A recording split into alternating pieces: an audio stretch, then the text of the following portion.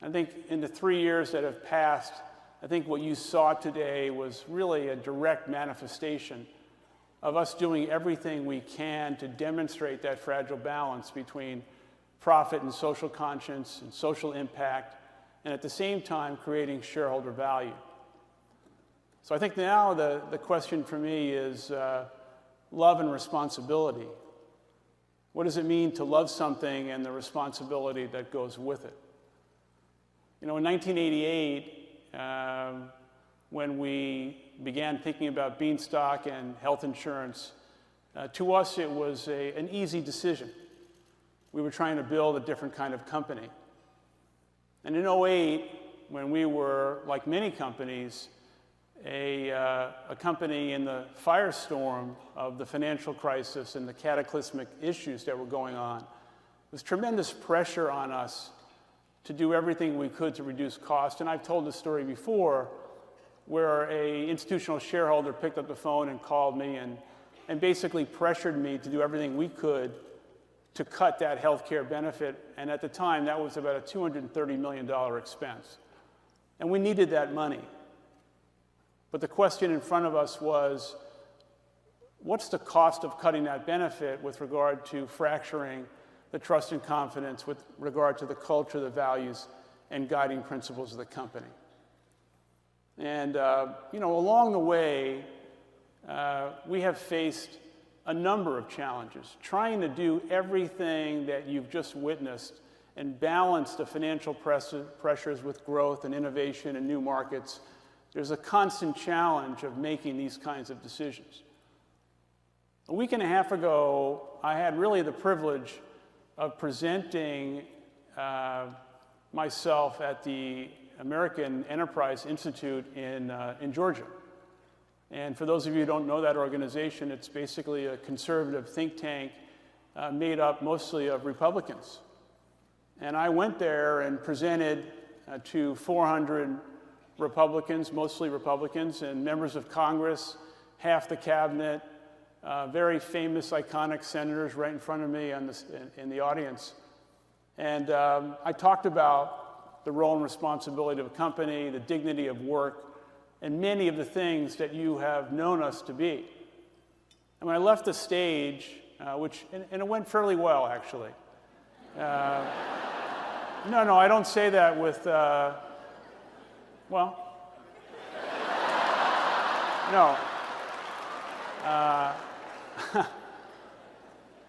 When I left the stage, someone came up to me and respectfully asked me what was the reason why that we elected, not unlike most companies, we received a tax benefit given the tax cut in the corporate rate to 21%.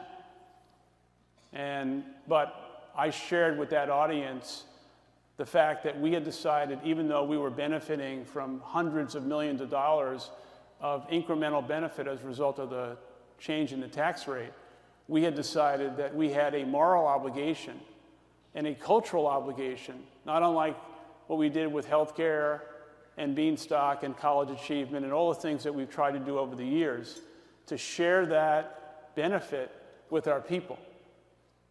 And we had a spirited discussion about what is the role and responsibility of a public company in terms of making money. And I think we've proven over the years, and we're not perfect, and we make mistakes, but the conscience of Starbucks, the conscience, for almost 50 years. And it's proven out more often than not in our financial performance, that success is best when it's shared. And that is what I tried to describe.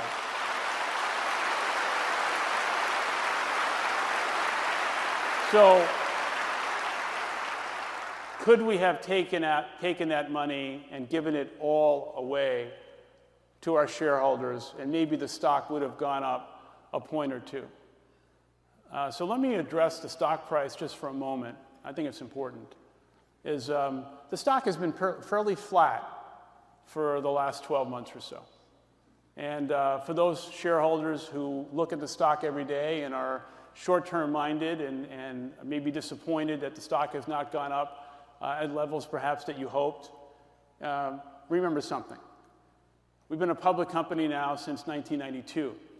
The market cap in 92 was $250 million. The market cap today is over $80 billion. We are in this for the long term. We are building a great, enduring company. We're trying to make long-term decisions. We're trying to value the dignity of work.